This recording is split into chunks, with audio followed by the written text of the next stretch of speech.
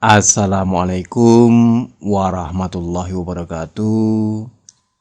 Sobat Asiku, pada kesempatan kali ini kita akan membahas ringkasan materi fisika kelas 10 semester 2, dinamika partikel, hukum pertama Newton, pokok bahasan kesetimbangan.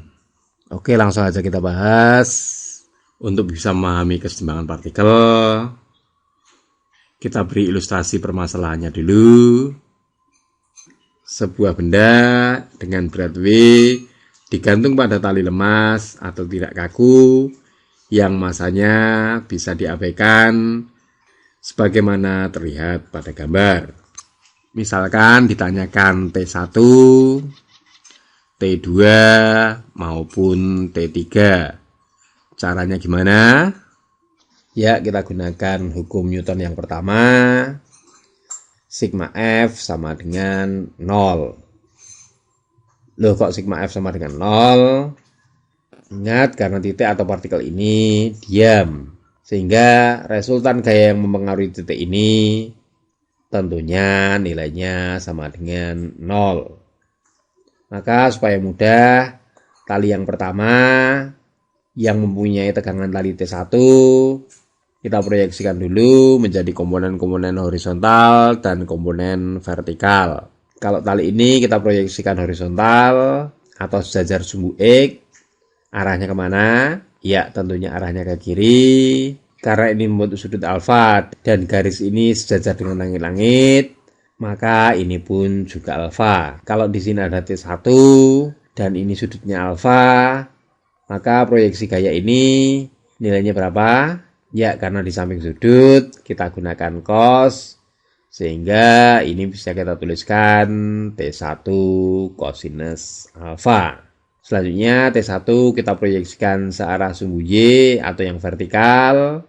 Karena ini sudutnya alfa, maka kalau di depan sudut pakainya sin atau cos? Ya, tentunya pakai sin, sehingga komponen yang vertikal ini bisa kita tuliskan T1 sin alfa. Kalau tegangan tali ini namanya tegangan tali T2, maka gaya atau tegangan tali ini pun bisa kita proyeksikan ke komponen horizontal dan juga komponen vertikal. Kita proyeksikan dulu ke komponen horizontal, arahnya kemana?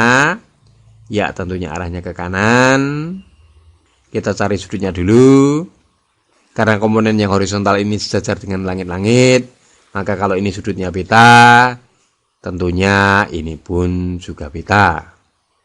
Kalau ini tegangan tali T2 dan sudut yang mengapit adalah beta, untuk mencari komponen yang horizontal ini kita gunakan cos atau sin. Ya, karena di samping sudutnya tentunya kita gunakan cos. Karena ini T2, tentunya komponen yang horizontal ini bisa kita tuliskan T2 cos beta. Berikutnya kita cari komponen yang vertikal, arahnya kemana? Ya, tentunya juga ke atas. Maka untuk mencari komponen yang vertikal ini kita gunakan sin atau cos. Ya, karena komponen vertikal ini berada di depan sudutnya, maka kita gunakan sin, sehingga kita tuliskan T2 sin beta. Berikutnya kita perhatikan beban yang menggantung. Pada beban ini terdapat gaya apa? Ya, tentunya ada gaya berat. Arahnya kemana? Pastinya ke bawah. Nilainya sama dengan berapa? Ya, sama dengan berat beban ini, yang tentunya nilainya sama dengan W. Karena ini juga setimbang, maka kalau ini tadi W, tegangan tali T3 ini juga nilainya sama dengan W. Karena sudah ketemu komponen yang horizontal dan komponen yang vertikal, tinggal kita gunakan hukum pertama Newton. Rumusnya masih ingat? Ya, sigma F sama dengan 0. Artinya apa?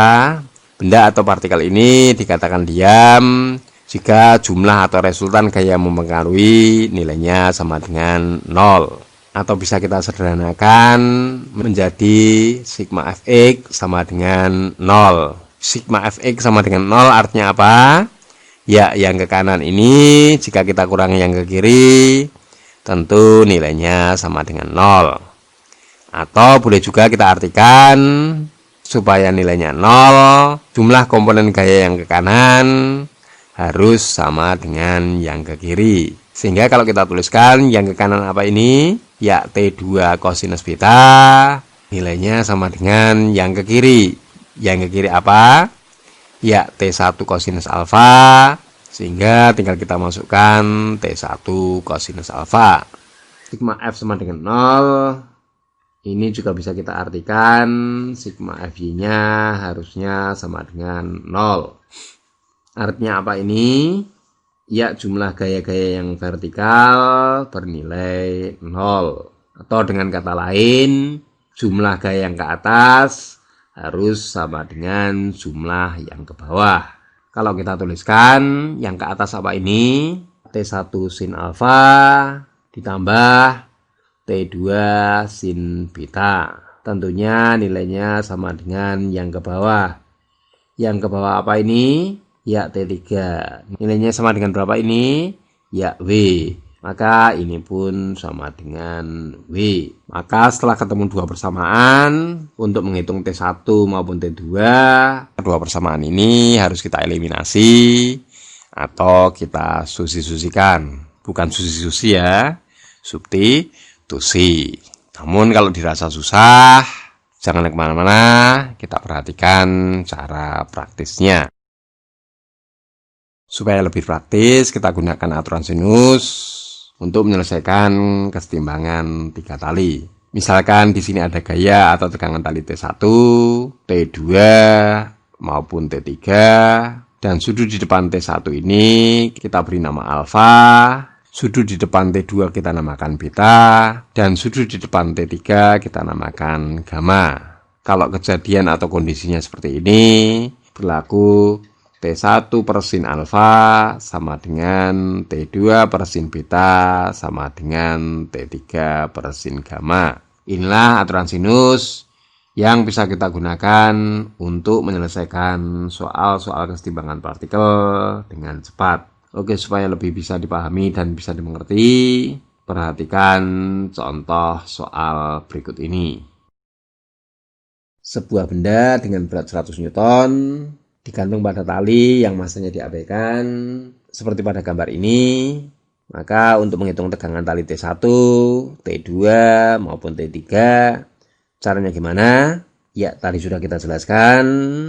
Namun kalau belum jelas, jangan kemana-mana. Perhatikan yang satu ini. Tali yang sebelah kiri kita sebarkan dulu searah horizontal. Kalau ini 60, tentunya ini juga 60. Maka kalau di sampingnya kita gunakan apa tadi? Ya cos. Sehingga kalau ini tegangan tali T1, ini tinggal kita tuliskan T1 cos 60. Lanjut mencari komponen yang vertikal. Arahnya kemana? Ya ke atas. Nilainya berapa? Ya karena komponen yang vertikal ini berada di depan sudut 60 derajat, kita gunakan apa tadi? Ya sin. Sehingga komponen yang vertikal ini langsung bisa kita tuliskan T1 sin 60. Berikutnya kita perhatikan tali 2. Tegangan tali T2 ini bisa kita tuliskan ke komponen horizontal maupun vertikal. Yang horizontal arahnya kemana? Ya tentunya ke kanan. Kalau ini tadi 30, ini pun juga 30. Sehingga kalau ini tadi T2, kalau di samping sudut, kita gunakan apa tadi? Ya kosinus. Maka ini langsung kita tuliskan T2 cos 30. Selanjutnya kita cari komponen yang vertikal. Arahnya kemana? Ya ke atas. Nilainya berapa? Karena komponen yang vertikal ini di depan sudut 30. Kalau ini T2, maka komponen yang vertikal tinggal kita tuliskan T2 sin 30. Selanjutnya kita perhatikan tali 3. Di sini ada beban 100 Newton. Maka ada gaya berat. Arahnya kemana ini? Ya tentunya ke bawah. Gaya ini tadi kita namakan gaya berat atau W. Nilainya berapa? Ya, tidak usah kita tulis ulang karena di sini sudah ada. 100 Newton, maka tegangan tali T3 ini tentunya nilainya sama dengan W. Atau kalau kita tuliskan nilainya sama dengan 100 Newton. Maka kalau sudah ketemu komponen-komponennya, tinggal kita terapkan pada hukum Newton yang pertama, yaitu sigma F nilainya sama dengan 0. Atau bisa kita tuliskan sigma Fx-nya sama dengan 0. Supaya jumlah gaya atau resultan searah sumbu X nilainya 0, artinya apa? Ya, jumlah gaya yang ke kanan tentunya harus sama dengan jumlah gaya yang kiri. Kalau kita tuliskan yang ke kanan sama dengan apa? Ya, T2 cos 30 nilainya sama dengan yang ke kiri. Yang ke kiri berapa? Ya, kita tuliskan T1 cos 60. T2-nya berapa? Tidak usah panik, ini yang mau kita cari. Cos 30 berapa? Ya, setengah akar 3. Maka tinggal kita tulis ulang T2 kali setengah akar 3. Nilainya sama dengan T1-nya berapa? Ya, tidak usah bingung lagi. Ini juga kita cari. Cos 60 berapa? Ya, setengah. Maka kita tuliskan T1 kali setengah. Di ruas kiri ada setengah, ruas kanan ada setengah. Maka kita hilangkan.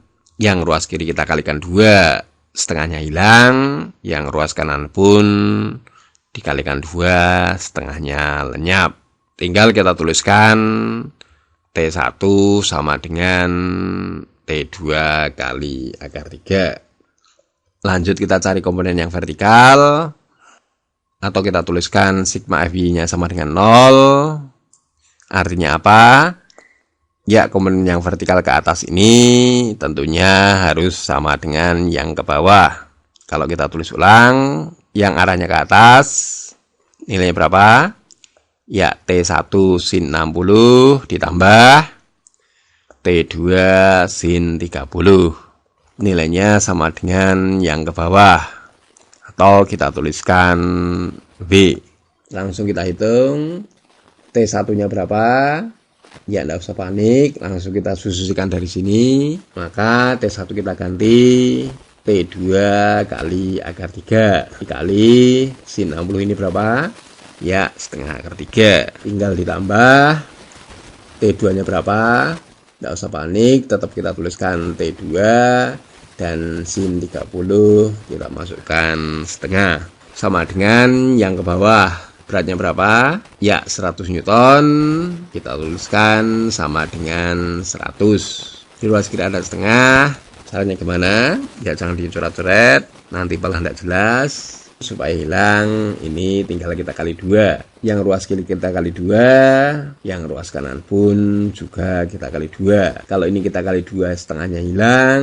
Ini pun setengahnya lenyap. Dan yang di ruas kanan menjadi 200. Tinggal kita kalikan akar 3 kali akar 3. Ya, 3. Ini ada 3T2. Yang sini tinggal T2. Maka kalau kita tuliskan 4T2. Nilainya sama dengan 200. Maka T2-nya langsung ketemu sama dengan 50 Newton. Untuk mencari T1 caranya gimana? Ya, hasil dari perhitungan T2 tinggal kita sususikan. Bukan sususi ya. Sukti itu tusi. T2-nya kita ganti 50. Tinggal kita kali akar 3. Maka T1 langsung ketemu 50 dikali akar 3. Oke, kalau masih dirasa susah atau sulit, berikutnya akan kita bahas dengan aturan sinus. Selanjutnya kita gunakan aturan sinus untuk menyelesaikan soal ini. Untuk menentukan sudut-sudutnya, kita buat garis bantu melalui titik setimbang yang sejajar dengan langit-langit. Perhatikan yang sebelah kiri. Kalau ini sudutnya 60, ini pun juga 60. Kalau ini 30, di sini pun juga 30. Sehingga gambar tegangan talinya pun bisa kita sederhanakan seperti berikut. Sudut di depan T1 yaitu alfa nilainya sama dengan 120. Loh kok tahu? Karena ini 30 dan ini tegak lurus, maka totalnya sama dengan 120. Sedangkan sudut di depan T2 atau beta ketemunya 150. Dapatnya dari mana? Karena ini tegak lurus dan ini 60. Maka kalau kita jumlahkan 60 ditambah 90 ketemunya 150. Sedangkan gamma sudah nampak ini tegak lurus, maka ini pun kita tuliskan 90. Maka dari aturan sinus langsung bisa kita cari nilai T1, T2, dan T3-nya. Ingat yang sudah diketahui adalah T3 atau berat beban ini, maka yang kita cari dulu yang ada kaitannya dengan T3. Kita selesaikan dulu persamaan T1 per sin alfa sama dengan T3 per sin gamma. Atau langsung kita tuliskan T1 per sin 120 sama dengan T3 per sin 90. Langsung bisa kita selesaikan. T1 tetap kita tuliskan T1. Sin 120 nilainya sama dengan setengah akar 3. T3-nya sama dengan berat beban, yaitu 100. Dan sin 90 ketemunya 1. Tinggal kita kali silang. 100 dibagi 1, ya tetap 100. Tinggal kita kalikan setengah akar 3. Maka T1 langsung ketemu. Nilainya sama dengan 50 akar 3. Berikutnya kita cari T2 dari persamaan T2 per sin beta sama dengan T3 per sin gamma. Kalau kita selesaikan, T2-nya tetap kita tuliskan T2. Sin betanya kita ganti sin 150. T3-nya tetap kita tuliskan T3, dan sin gamanya kita tuliskan sin 90. Ya, langsung kita selesaikan. Sin 150 ketemunya setengah, dan T3-nya kita ganti berat beban, yaitu 100. Tinggal kita kali silang. Setengah kali 100, ya T2 ketemunya 50 Newton. Inilah jawabannya. Lebih praktis bukan? Itulah cara asikku. Semoga menjadi cara asikmu juga. Dan ingat, jangan lupa subscribe untuk mendapatkan materi dan pembahasan soal yang lainnya. Semoga bisa dipahami dan bisa dimengerti. Wassalamualaikum warahmatullahi wabarakatuh.